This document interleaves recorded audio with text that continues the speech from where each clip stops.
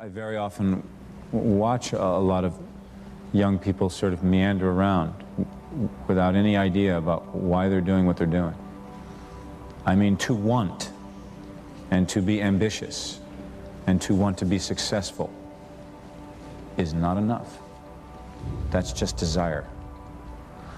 To know what you want, to understand why you're doing it, to dedicate every breath in your body to achieve. If you feel you have something to give, if you feel that your particular talent is worth developing, is worth caring for, then there's nothing you can't achieve. Do something you're very passionate about. People say you have to have a lot of passion for what you're doing, and it's totally true. And the reason is because it's so hard that if you don't, any rational person would give up. It's really hard, and you have to do it over a sustained period of time. So if you don't love it, if you're not having fun doing it and you don't really love it, you're going to give up. So how do you start a business with no money under the worst conditions that your backer doesn't want to give you a dime? What do? Get ready for a lot of rejection, and at the same exact time, do the things others don't want to do. Do what's necessary, do what it takes, no matter what it is, and try not to hurt anybody along the way. I worked 24 hours a day, 7 days a week.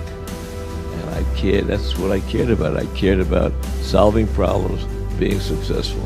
Anytime an obstacle presented itself, I used it to my advantage, made it work. And I never heard the word no.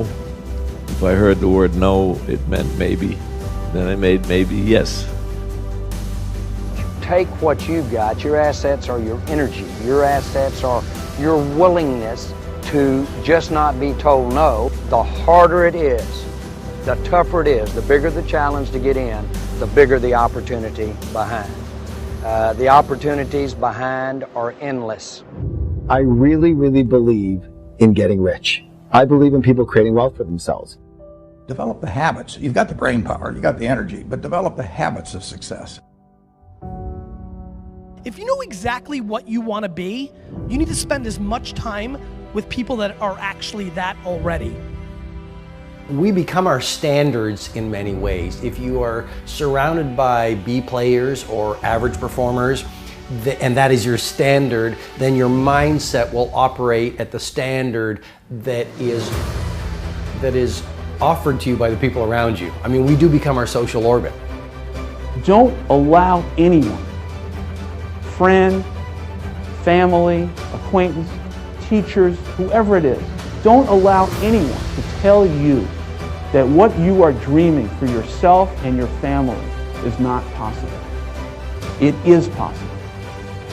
Don't be one of those people 20 years from now are going to be walking around in a 9-to-5 job, miserable and angry and bitter.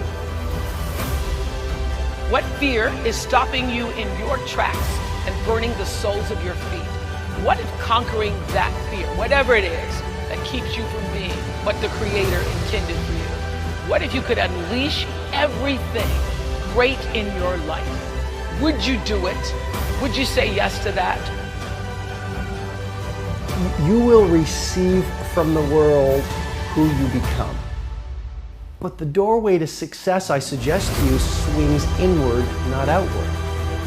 And the best way to have a game-changing life, and the best way to have a world-class lifestyle, and the best way to change the world is to change yourself. I mean, we get from life who we become. To have the results of a game changer, you need to start thinking and behaving like a game changer. And that means thinking like a game changer, populating your mindset with the best books, with the best ideas, with the best conversations, behaving in ways that most people don't behave. Again, you want to have the results very few people have, you've got to start doing things that very few people do.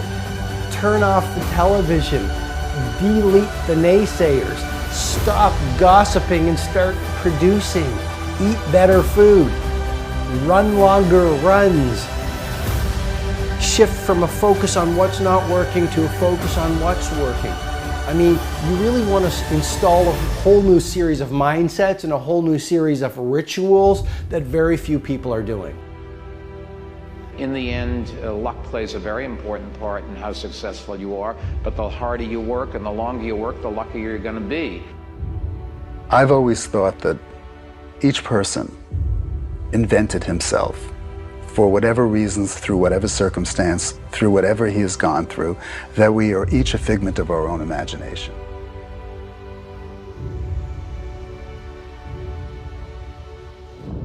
What we have to do as we're pursuing our dreams and our goals is that we have to know that failure is not an option. You know, and you got to hear this one. This one is important because you've got to tell yourself, despite again, the circumstances, the situations, you have to tell yourself that, listen to me, I'm not going anywhere until I get the goal. Like, until I make my dreams become a reality.